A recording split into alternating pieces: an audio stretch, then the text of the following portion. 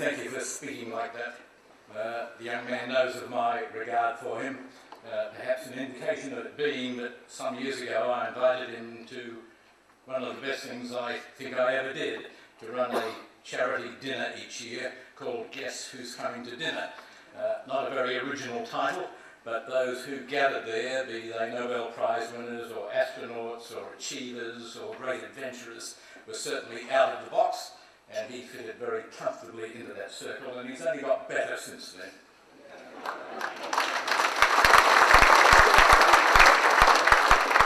And Gary, I read something of you the other day which registered with me. It spoke of your reverence for the game. The game has always needed its champions. It needed them then, it needs them now, and it will need them into the future. Thanks for what you said.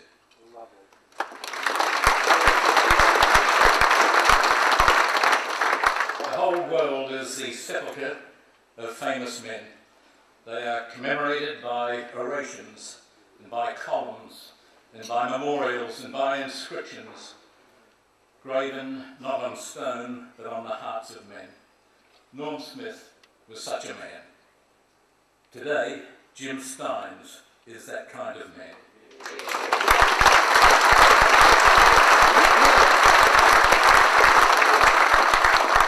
For Norm Smith, may those who come after leave with a better understanding of the legend of the game, his character and his legacy. It is still my belief, 38 years on from his passing, that he gave almost everything for the game that he loved. Norm Smith was a leader of men, and here are some thoughts on leadership. John F. Kennedy, in his time as President of the United States, said, "Leadership and learning are indispensable to each other." An earlier President of the United States, but at the time the Supreme Allied Commander in World War II, Dwight Eisenhower, said, "Leadership is the art of getting someone else to do something you want done because he wants to do it." Norm Smith was a master of that. And as I briefly touched on war, it has, as you will all know, cost this nation dearly, and league football. 154 league footballers were claimed by it. Every seat in this magnificent stadium would be filled 5 times over by those killed or wounded in this nation's name. So no wonder the Anzac Day feature match has become part of the AFL's ethos. I always harboured the view that Norm, who was an engineer and therefore in an essential service and not eligible for war service, felt badly, or at least awkward, about that. Nevertheless, Brownlow medalist Neil Roberts reflected thus: "Norm Smith was one of the guys you'd want with you at Gallipoli." The news of the time, that is now World War II, was dominated, of course, by all that was happening overseas, and Norm had mates who were in the thick of it. Bluey Truscott for one, and principally his mate Ron Barassi Sr. in the siege of Tobruk. When General Montgomery assumed command of our forces in North Africa in those perilous days of World War II, he spoke to our troops, including Ron Barassi Sr., in these spine-chilling terms: "If we are attacked, there will be no retreat. If we cannot stay here alive, we'll stay here dead." Ron's dad would soon be dead. Perhaps not normal to begin a portrait of an important figure by focusing on the end of his time at the top, but the beginning of the end of Norm Smith was anything but normal. In 1965, as Tim said, Melbourne started the season in pretty typical fashion, winning 8 straight, following its last gasp premiership of 1964. Nonetheless, tensions had mounted between the authoritarian coach and an MCC committee, then the manager of the footy club that was, shall we say, Jeff Slattery mentioned it in these terms, patrician in its style of management. If you put a group of born-to-rule professional men against a proud and volatile working-class man who had learned to rule, it was perhaps a recipe for trouble. No matter that Norm Smith was at the height of his powers with 6 premierships as coach and a playing group that played as much for him as it did for the Guernsey. Fascinating in retrospect, in fact intriguing in retrospect. Yet in some quarters, all these years on, the pain of it lingers, a lesson to all who are in the position of influence and power.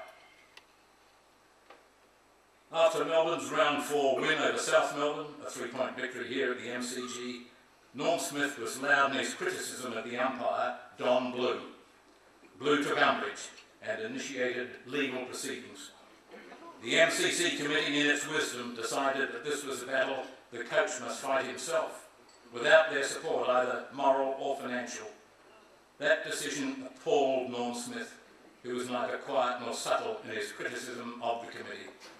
They'd have none of that and decided to cut the painter. They sent his marching orders by courier.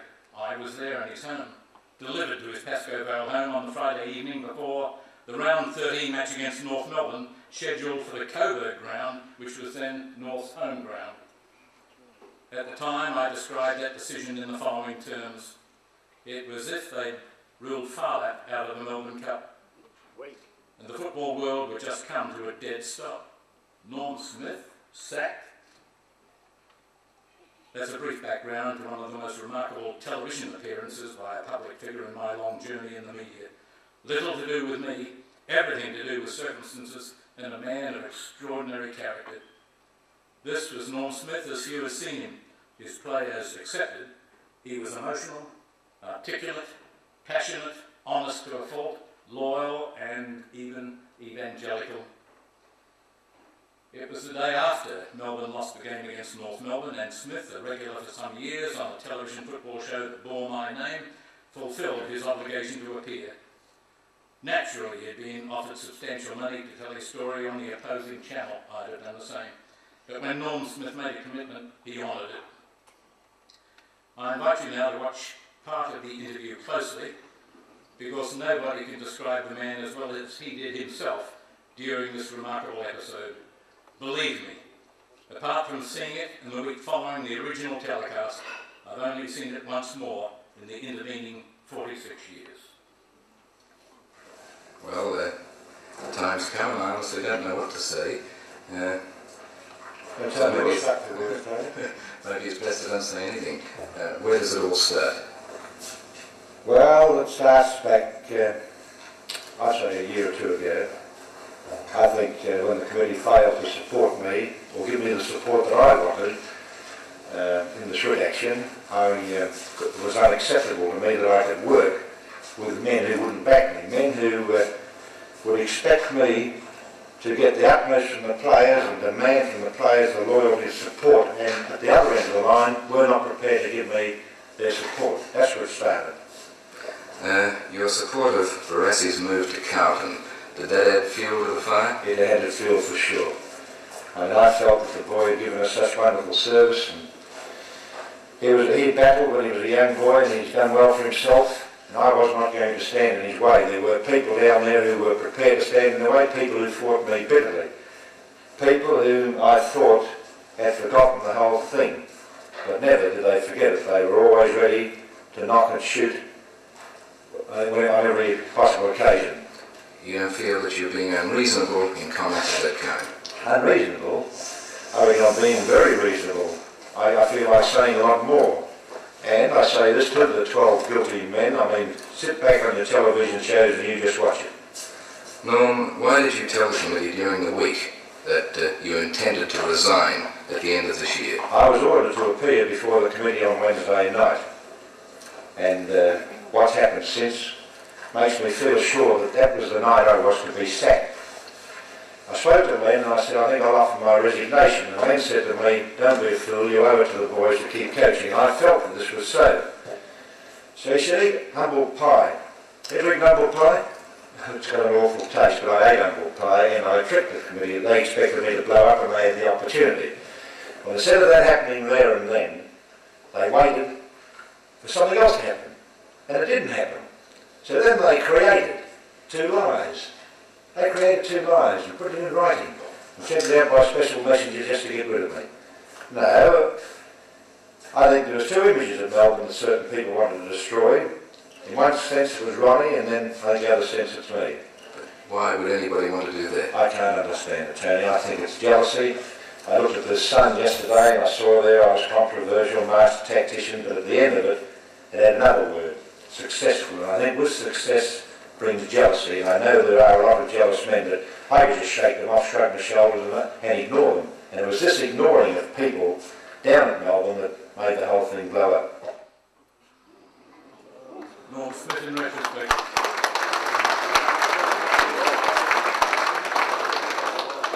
Faced with crisis, the man of character falls back on himself.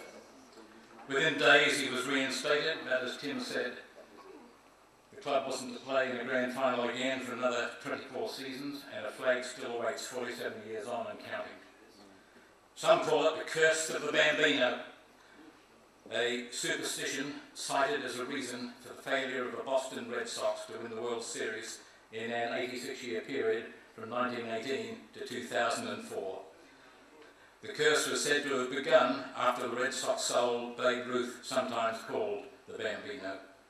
Red Sox fans, by the way, attempted curious methods over the years to exorcise the famous curse, including placing the Boston Red Sox cap atop Mount Everest. In 1969, Norm Smith accepted the coaching position at South Melbourne. The following year, he led their club to its first finals appearance since the war. He resigned because of ill health in 1972, then assisted Ron Barassi at North Melbourne for a while in 73, but he died in July of 1973. Dick Seddon was honorary solicitor of the Melbourne Football Club for many years and was on its board in the early 1970s. He became chief executive in 1980. Dick described Norm Smith as the most inspirational man I've ever met.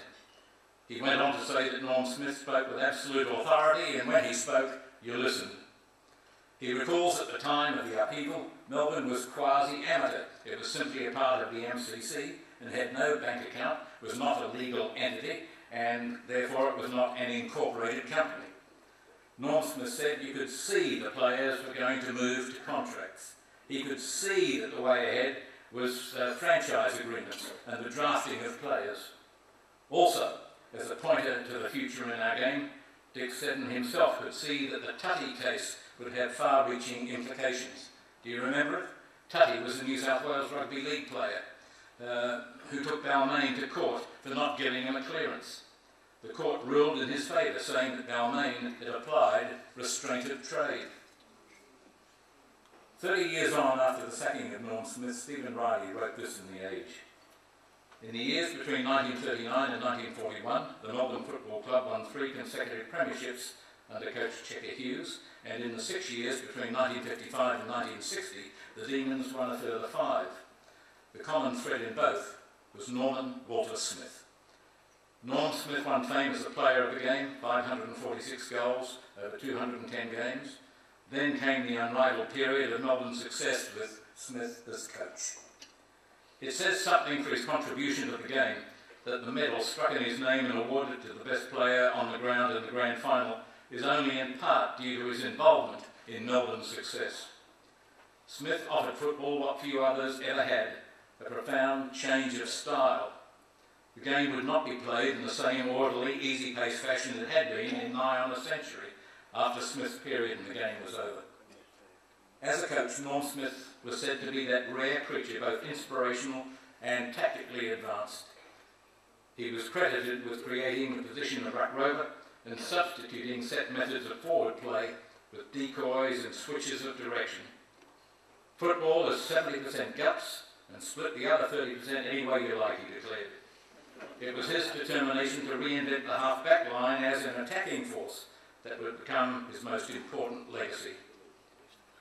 Specialist half-back flankers became damaging players who would often carry the football over lines not usually crossed by defenders. The highly respected and powerful secretary of the Melbourne Football Club, Jim Cardwell, recalled the controversial dismissal in these terms: "It was the most dramatic thing I've ever known in football." That man spent 26 years as secretary of the Demons. It was a tragedy the whole thing happened. I was sure that it helped to kill him. So am I sure. Cameron Schwab, here tonight, the young CEO of the Melbourne of this day, believes that Melbourne is in its best position in 50 years. It is, he says, overcoming a 50-year inability to keep up with the competition. The amazing thing he deduces is that Norm Smith was trying to explain that to the committee in his time, that it was going backwards, even though the winner of the recent championship.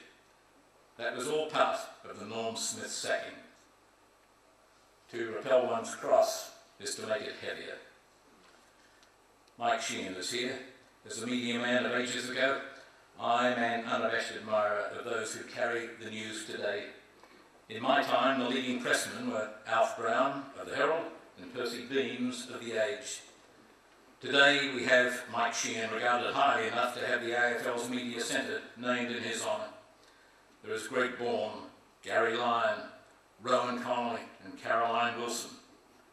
In radio and TV in my time it was principally, I suppose, Ron Casey, Mike Williamson and me, joined by Don Hyde and Jeff Leake and Jack Edwards and also Bill Jacobs. Today you have outstanding commentators in Dennis Cometti, Tim Lane, Bruce McAvaney, Robert Walls, Eddie Maguire, etc., and new talents like Richo and Nathan Buckley until he decided to go coaching. Add Gerard Waitley and Drew Morfitt and Francis Leach. All of those named would have found Norm Smith to be marvellous copy. In discussing this with Mike Sheehan, the Herald's chief football writer now for 18 years, his very fertile mind produced off-the-cuff information like this. Norm Smith was dead at the age Mick Malthouse and Lee Matthews had now reached. He sees Mick Malthouse in the modern era being the nearest equivalent to Norm Smith. He reminded us that Norm Smith was Melbourne's leading goal kicker until 60 years on, David Neitz came along. He regards Norm Smith's effort in 1970 in getting South Melbourne into the finals as being rivaled only by Tom Hafey moving Collingwood from last place to a grand final in 1977. Tom Hafey responded to my call immediately. He said, "Norm Smith was my favourite. He was so important in winning games through a simple game plan. No stuffing around. Long, direct, with run and carry." Tom Hafey again. "We were racking up all the possessions, but getting nowhere. I can see it now, those half-backs, Don Williams or Noel McMahon, straight to Clyde Laidlaw at centre-half forward, or Bob Johnson in the goal square. It was magic." The Hall of Fame was originally for only players of the game, so Mike Sheehan campaigned to include coaches, and so Norm Smith and Jock McHale rightly have been inducted. Finally, Mike Sheehan confided that he found Norm Smith to be an awesome figure. He was almost mystical. Even so, inundated as Mike Sheehan is with football information from vast sources and over a long period of time, he asked me the imponderable question, how could they possibly have sacked Norm Smith? Greg Hobbs, a formidable man of the media in his day, had a simple explanation.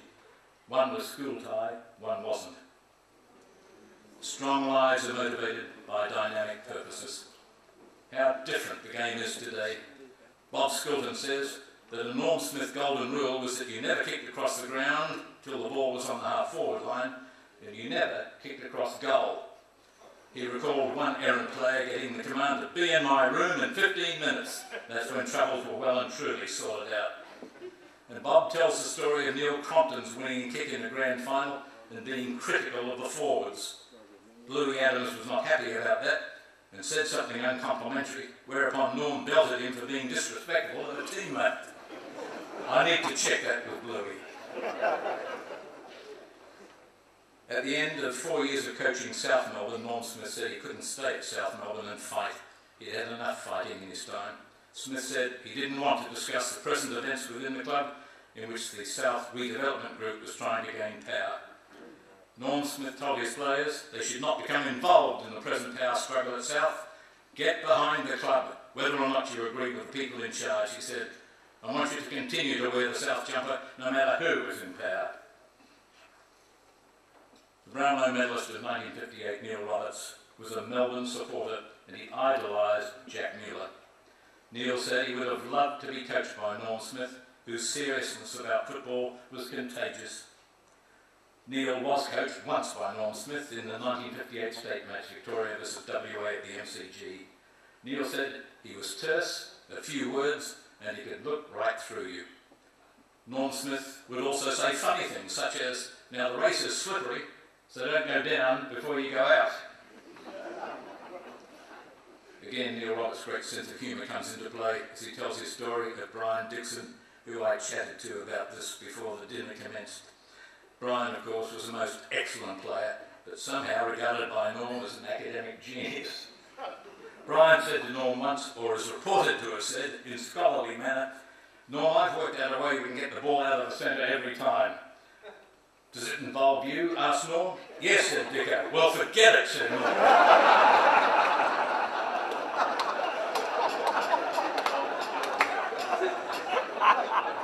Norm had a real pastoral effect on me, said Neil Roberts. Just two things that he taught me were, when the ball hits the ground, study the point of contact so you know where the bounce is going, and what's the use of getting to the ball first if you're going to spill it. Just simple messages. One of the great advocates of this game is David Parkin, 4 premierships as coach, 1 as player. Incidentally, he was born into a Melbourne supporting family, and he tells me that his whole stimulation was Melbourne. Norm Smith was his absolute hero because he could get that team to do great things week in and week out. David Parkin regards Norm Smith as the most significant leader in his time, and he told me just last week that the book on Norm Smith, The Red Fox, was at his bedside table right now. David told me that he had devoured the book just as he had with Peter Fitzsimon's Kokoda. Tactically, he said Norm Smith was the start of perpetual motion in football. He gave it momentum. It was like a great big wave. Norm Smith's values and ideals, his behaviour and his attitudes have had an infinite effect on Australian rules. David Parkin. I think very highly indeed of Robert Wall's work in the media. Yet over all these years I didn't know that he regards Norm Smith's son Peter as his best mate. They met when Peter was full forward for Melbourne and Rob was playing full back to Charlton with Wes Lofts outed for a couple of weeks. He believes strongly, and I support it, that in the Melbourne Cricket Club expansion of its Parade of the Champions statue series, Norm Smith should be one of them. And he is. Well done, MCC.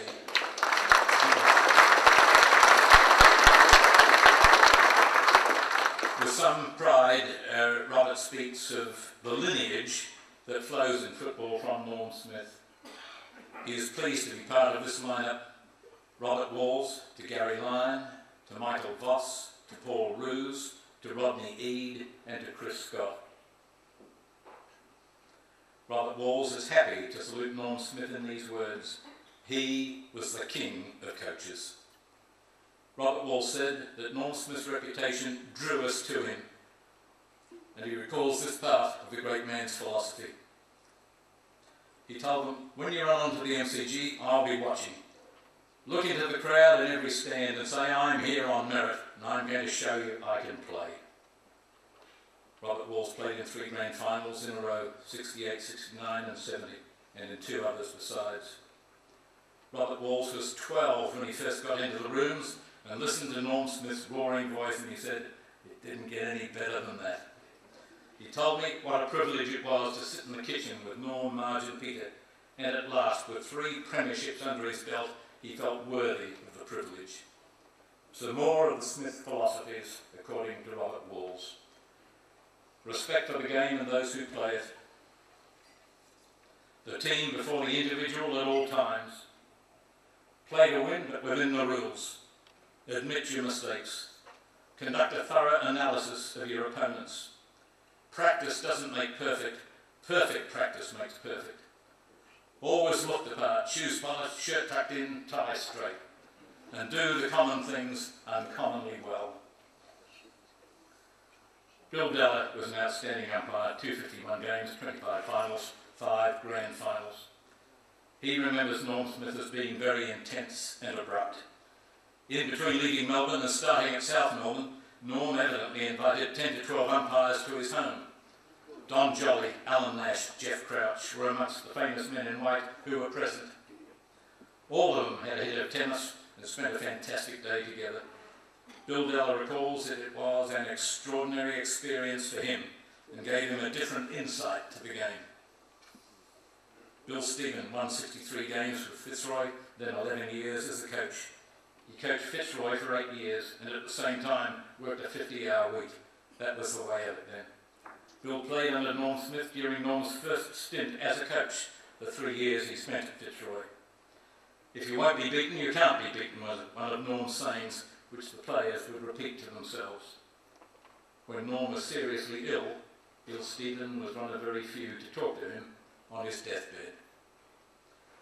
Of all the fruitful contacts Bill Stephen enjoyed over his long journey in football, the two most outstanding personalities were Percy Mitchell, who was managing director of the Northfield Iceworks and became president of the Australian National Football Council, and Norm Smith. The result of random phone calls to other players of the Smith era. Barry Vagg. He learned life is not easy, that you have to put something into it to get something out of it. Barry, by his own confession, was a 25% better player because of Norm Smith, whose credo was, be honest with yourself. Barry Burke played 60 to 70 games under Norm Smith. Barry said in some respects Norm shaped him as a person for the rest of his life. Ken Emsall, 95 of 97 games played under Norm Smith. He observed that Norm Smith's methods were really tough but fair, and he never held a grudge. And Hasser, captain for 4 years, won 78 games, 3 premierships, 3 best and fairest, commented, during the course of battle he could pin you to the wall, but after the match he was compassionate and interested in players and their families. He was a coach before his time, and in today's game, Norm Smith would be as great as he was then. Ken Fraser, one of Essendon's great players of the past, recalls the Victoria State game, the Victoria State side losing to South Australia for the first time at the MCG. There was a return match to be played in Adelaide, and Norm Smith was appointed coach. The two Rovers, both excellent footballers, Bob Skilton and Ian Law, arrived for training 10 minutes late. Ken Fraser says he has never heard such a ferocious verbal assault. Norm Smith tore strips off both of them. It had a positive effect on Bob Skilton, who was best on ground, but Ian Law was so unnerved by the experience that he hardly got a kick. It's like reading a catalogue of greatness when you recall some of those who attended Norm Smith's funeral at St John's Presbyterian Church in Essendon. It reminds me Ian Kerville is here, and his dad Ben, a great journalist of his time. His funeral service was held at the same place. At Norm's funeral there was, listen to this, Phonse Kine, Sid Coventry, Jiggy Harris, Harry Collier, Ron Barassi, Dennis Cordner, Jack Titus, Jack Dyer, Ted Whitten, Dick Reynolds, Fred Fanning, Jack Regan and Bob Skilton. Players who were then currently in the game and also attended were Des Tuttenham, Peter Bedford, Len Thompson, Alex Jesselenko and John Rantel. Ron Barassi, Norm's best-known protege, said at the time, Norm will be remembered for his tremendous love of the game and his ability to inspire players to do things they thought impossible. He lived for the game and he loved the challenge. He had an extremely keen mind and a phenomenal memory. He was sometimes criticised for his single-mindedness, but it was that very quality that took him past the point where other men stopped. As a coach, he was the best. Skill and confidence, you see, are an unconquered army. The aged chief football writer Percy Beams, who played with and coached Norm Smith, called him the most unselfish footballer I had ever seen. He had great qualities as a coach, a deep understanding of the game, and that ability to get the best out of all types. He was tough, almost cruel, but scrupulously honest and fair. And so the best teaches the humanity of the lives of great men. 3 years ago, Mike Sheehan with us tonight wrote as follows. For those of you younger than 50, it'll be nigh on impossible to digest the fact Melbourne once won 6 premierships in 10 years. Yet the aftermath of that phenomenal run of success is even more astounding. Norm Smith, the man who coached Melbourne to those premierships, was sacked by the Melbourne Cricket Club 3 months into the 1965 season. The Demons were third on the ladder at the time, but the independent, headstrong, fiery redhead had been on a collision course with his lords for a considerable time. He was seen to be insubordinate, reportedly refusing to affirm to his players his faith in the men who not only ran the MCC and the MCG, but governed the football club, then merely a section of the cricket club. Yep, all this medieval stuff just 40 odd years ago. Smith was reinstated days later, but the relationship never was the same. The Melbourne Football Club never would be the same again. Norm Smith remains the most fascinating subject in my time in the game, a towering figure, loved and reviled, yet universally respected. Jeff Slattery, seated right here, went into journalism purely by chance. An award-winning article on Jack Dyer won him a National Press Club Award, and he was off and running. And why the interest in Norm Smith? Those of our generation, he told me, only knew him statistically, not personally. He felt that a book on Norm Smith just had to be done. And the more Ben Collins, seated alongside him here, fed back information to him, he swept the logic of business aside and adopted John Kennedy's war cry, "Don't think, do." Jeff Slattery handles the AFL's publishing requirements and has done so for 15 years. He's always had this event in his brain. At the time of Ben Collins' tome on Norm Smith, he knew nothing of Norm Smith, only his shadow over the game. Ben Collins, who has produced such an excellent and definitive work on Norm Smith, has contemplated the fickle nature of fate in reviewing the story years on from researching the story. He reminds us that Norm was in his 6th season as a coach and at his 2nd club, and hadn't taken either club to a single final. Who then, despite Norm's excellence as a player of the game, could have possibly contemplated that the floodgates would open as they did? In 1953, Norm's side had finished 2nd bottom, and there was a chance that he'd be sacked. Had that happened, what would have become of him? Had that happened, the game would have been robbed of one of the most extraordinary and powerful chapters in its entire history. Melbourne produced the most dynamic football powerhouse ever. Yet in the team of the century, only one Melbourne player, Ron Barassi, was selected in the original Hall of Fame. Remember, for example, that Bluey Adams played in 6 premiership sides and in Ridley in 5. So one must deduce that Melbourne was a very even team out of which Norm Smith produced an ultimate combination. Very few of his players were great stars of the game, yet he was able to mould a great side. If you consider the stature of Norm Smith and the game we love, it's simply amazing that Ben Collins has come up with the only book so far written about him. Compare that with a legend called Bradman, about whom 96 books have been published. This was Ben's first biography, and he certainly seized the opportunity. He says that although the book, so well constructed and readable, runs for more than 700 pages, things are still coming to his attention which he would have wished to include. Although Norm Smith died 2 years before young Ben was even born, writing the book became an all-embracing passion. He dreamt about Norm Smith. That young man, intent on a writing career, contacted every newspaper you can think of. They all rejected him. Phoenix has certainly risen from the ashes. Peter Smith, Norm's son, is here tonight. It's wonderful that you are. Still, to a degree, that man is traumatised by the memories of that time. He says it was something that should never have happened. Peter attests to the fact that the launch of the Red Fox just a couple of years ago was quite an emotional experience for him. He cried again. Peter played 23 games with Melbourne, 15 with Charlton, and views his father's legacy as being the effect he had on lives outside of football. He recalls that his dad was shattered. That was the word he used, shattered, when in 1967 he stood for the committee here and was rejected. And never the twain did meet. Let me embrace this our adversity, for wise men say it is the wisest course.